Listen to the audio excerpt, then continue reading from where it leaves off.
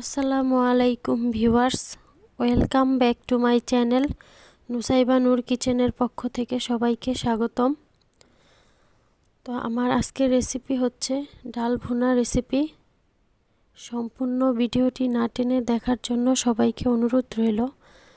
তো প্রথমেই আমি পেঁয়াজ এবং মরিচ কেটে ভেজে নিব সয়াবিন তেল দিয়ে।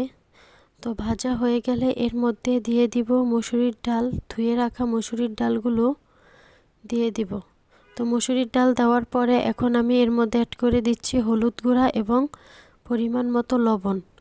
তো দেওয়ার পরে আমি কিছুক্ষণ এই ডালগুলো ভেজে নিব এবং কিছুক্ষণ নেড়েচেড়ে নিব।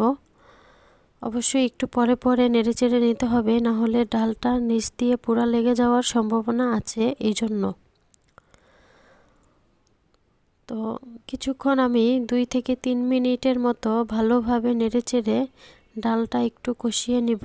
এরপরে এর মধ্যে আমি অ্যাড করে দিব কিছুটা অল্প পরিমাণের পানি। তো পানিটা অবশ্যই আমাকে অল্প পরিমাণের অ্যাড করতে হবে, যেহেতু আমি এখানে ডালটা ভুনা করব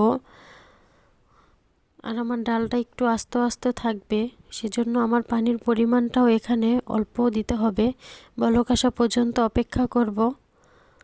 তো দেখতেই পাচ্ছেন আমার ডালটা এখন প্রায় বলক চলে আসতেছে। বলক চলে আসলে এরপরে আমি একটি ঢাকনার সাহায্যে ঢেকে দিব। তো বন্ধুরা, ভিডিওটি যদি ভালো লেগে থাকে অবশ্যই আমার চ্যানেলটি সাবস্ক্রাইব করে দিবেন। আপনারা অনেকেই আছেন ভিডিও দেখে চলে যান, কেউ চ্যানেলটা সাবস্ক্রাইব করেন না। তো আপনাদের কাছে আমার একটি অনুরোধ, ভিডিওটি যদি ভালো লেগে থাকে অবশ্যই আমার চ্যানেলটি সাবস্ক্রাইব করে দিবেন। তো দেখতেই পাচ্ছেন কিছুক্ষণ পরে, প্রায় 5 থেকে 7 মিনিট পরে আমার ডালের ফাইনাল লুক। তো আমি এর মধ্যে এখন অ্যাড করে দিব ধনিয়া পাতা কুচি। তো ডালটা নামানোর প্রায় 2 মিনিট আগে থেকে ধনিয়া পাতা কুচিটা দিয়ে দিব। এখন আমি এর মধ্যে দিয়ে দিয়েছি একটা শুকনা মরিচ, ভেজে রাখা শুকনা মরিচ ভেঙে দিয়ে দিব। আজ